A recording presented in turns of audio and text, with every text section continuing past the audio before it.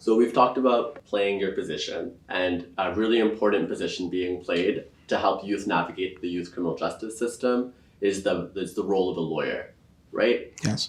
Maybe you could tell me a little bit more about additional supports that are there.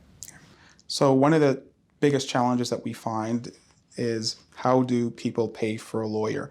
A young person, my 15, 16-year-old client, doesn't have the resources to pay the legal fees. The family's in a situation where they can't afford it because it can be expensive depending on how far you go. Yeah. We are fortunate in Ontario and even within Canada that we have a legal aid system. So the system will allow for that young person to pick his or her lawyer, and the system will pay for that lawyer.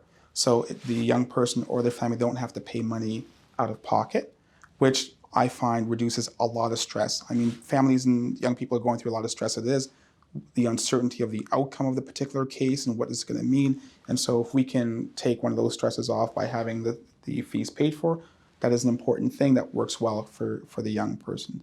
In terms of the rehabilitation that we talked about earlier, we have youth workers within the ministry who will work with the young person. So for example, a young person will get arrested and they will end up in a facility here in Ottawa. It's the William E. Hayes Center, and they will go there. The minute that young person's there, automatically there's a probation officer who will reach out to them and say, what resources do you need? Do you need me to assist you connecting with certain things? So that happens.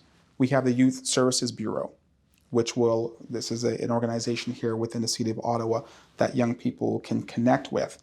So they can go into various programs if they need help and resources in terms of counseling. USB will assist them with all that.